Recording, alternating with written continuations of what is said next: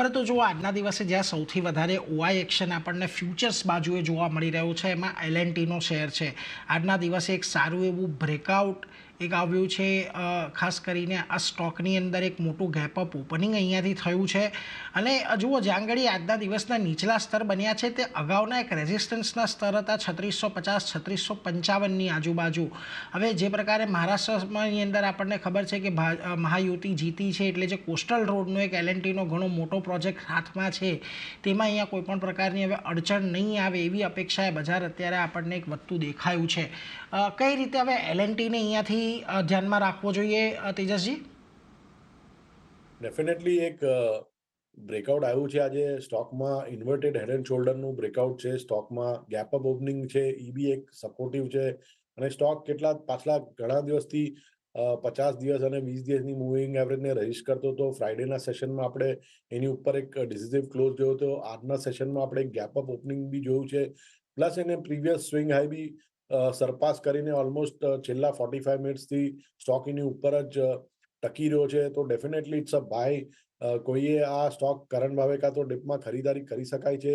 મારા હિસાબથી આવા સ્ટોક લોસ થોડો રાખવો પડશે ડીપ, કારણ કે આજે ગેપઅપ ઓપનિંગ થયું છે. તો 3589 નો સ્ટોપ લોસ રાખવો પડશે.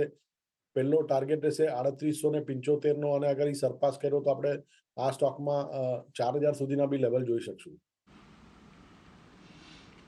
4000 સુધીના પણ લેવલ એક આવતા જોવા મળી શકે છે એલએનટીની અંદર, એટલે એના પર એક ફોકસ તમારે ખાસ કરીને રાખવાનો છે. આજે અહીંયા એક પોઝિટિવ મોમેન્ટમ આવતું તમને જોવા મળી શકે છે. બીજી તરફ જોવા છે ગોદરેજ પ્રોપર્ટીના સ્ટોકમાં પણ એક સારી એવી તેજી છે. અહીંયા પણ ઓઆઈ એક્શન વધી રહ્યું છે. અહીંયા પણ આ જ એક કારણ છે કે આપણને મુંબઈ બેઝડ જે રિયાલિટી સ્ટોક્સ છે એની અંદર આપણને તેજી જોવા મળી રહી છે. અને ગોદરેજ પ્રોપર્ટીનું તો જો સેટઅપ પણ ઘણું સારું છે. નીચલા સ્તરેથી એક સતત રિકવરી આ સ્ટોક છેલ્લા એક અઠવાડિયાથી બતાવી રહ્યો છે. હજી અહીંયા કયા લેવલ્સને હવે તમે ખાસ વોચઆઉટ કરશો તેજસજી? ડેફિનેટલી આનું બી ચાર્ટ સ્ટ્રક્ચર ઘણું સારું છે અને સ્ટોકે સારી એવી સ્ટ્રેન્થ બતાવી છે છેલ્લા 4-5 દિવસોમાં. પણ ખાલી એક જ છે કે સ્ટોક ઘણો ચાલી ચૂક્યો છે, તો થોડું ડીપમાં આવે તો ખરીદી કરવી જોઈએ, કારણ કે રિસ્ક રિવોર્ડના હિસાબે હમણાં ફેવરેબલ નથી. લોંગ પોઝિશન કોઈની પાસે હોય તો હોલ્ડ કરી શકે છે. ફ્રેશ બાઇંગ માટે થોડું વેટ કરવું જોઈએ. અગર આ સ્ટોક તમને 2925 થી લઈને 2950 ની વચ્ચે મળે તો ત્યાં તમે બાય કરી શકો છો. નીચેમાં 2800 ની આજુબાજુનો સ્ટોપ લોસ રાખવો પડશે, અને ઉપરમાં જે ટાર્ગેટ બેસી રહ્યા છે એ કરીબન બેસી રહ્યા છે 3150 અને 3240 ના. 3150 અને 3240ના ઉપર ટાર્ગેટ બેસી રહ્યા છે, એટલે જો તમારી પાસે પોઝિશન છે તો એને અત્યારે જાળવી રાખવાની સલાહ ખાસ કરીને બનતી દેખાઈ રહી છે. એટલે એના પર એક ફોકસ તમારે ખાસ રાખવાનો છે. પરંતુ જુઓ આજના દિવસે આપણને એક ઇન્ફોસિસનો શેર એવો બની રહ્યો છે કે જ્યાં આગળ તમને એક શોર્ટ બિલ્ટઅપ થતા દેખાઈ રહ્યા છે. આ સ્ટોકમાં પણ નીચલા સ્તરેથી સારી એવી રિકવરી આવી છે, પરંતુ 1920નું હર્ડલ આજે થોડું અહીંયાથી આપણને નડી રહ્યું છે. અહીંયા કોઈ મત અત્યારે બની રહ્યો છે આપનો? ઇન્ફોસિસનું ચાર્ટ સ્ટ્રક્ચર ઘણું સારું છે. ફ્રાઇડેના સેશનમાં આપણે સારી એવી સ્ટ્રેન્થ જોઈ હતી. તો જે કરંટ આજે ફોલ થોડું આવ્યું છે એ પ્રોફિટ બુકિંગ જેવું જ લાગી રહ્યું છે. ઓવરઓલ ચાર્ટમાં કોઈ ખરાબી નથી. તો આ ઘટાડામાં અગર સ્ટોક તમને જો નીચે મળે 1860-70ની આજુબાજુ તો ડેફિનેટલી બાય કરવું જોઈએ. આમાં 1820ના સ્ટોપ લોસે મારા હિસાબથી આ સ્ટોક ઉપરમાં 1935 અને 1975 સુધીના લેવલ બી બતાવી શકે. તો બાય એન્ડ ડિપ્સની રણનીતિ રાખવી જોઈએ ઇન્ફોસિસમાં.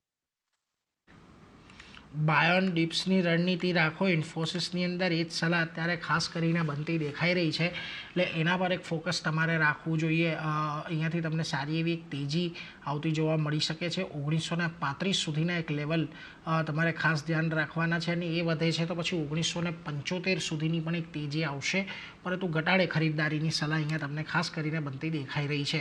પરંતુ જો આજે જાંગડી સૌથી વધારે આપણને પ્રાઇઝ એક્શનની અંદર એક ઘટાડો આવતો જોવા મળ્યો છે. એક જ્યુબિલન્ટ ફૂડનું પણ કાઉન્ટર ખાસ કરીને ધ્યાને આવી રહ્યું છે.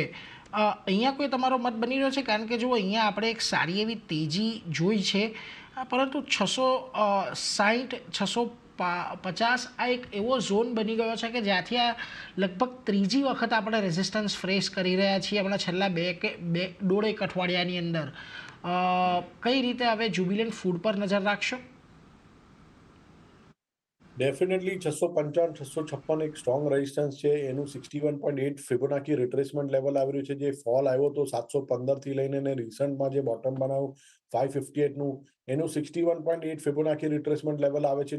655 સ્ટોકે રિસન્ટલી 655 નો એક હાઈ બનાવ્યો હતો અને ત્યાંથી આપણે ફરીથી સ્ટોકમાં એક કરેક્શન જોયું હતું. 600 ની આજુબાજુ સ્ટોકે પાછો સપોર્ટ લઈને રેલી બતાવી છે. તો મારા હિસાબથી આ સ્ટોક એક બ્રોડર રેન્જમાં છે. 600 અને 655 ની વચ્ચે જે સાઈડ આપણને બ્રેકઆઉટ કે બ્રેકડાઉન આવે ત્યાં તમને 8 થી 10% મૂવ સ્ટોકમાં જોઈ શકાશે. 8 થી 10% મૂવ અહીંયા તમને સ્ટોકમાં જોઈ શકાશે. એટલે જ્યારે પણ એક સારી એવી તેજી આવે છે એનું ધ્યાન રાખો. અહીંયા જે ચાર્ટની આખી પેટર્ન છે ઘણી મજબૂત અત્યારે બનતી દેખાઈ રહી છે. પરંતુ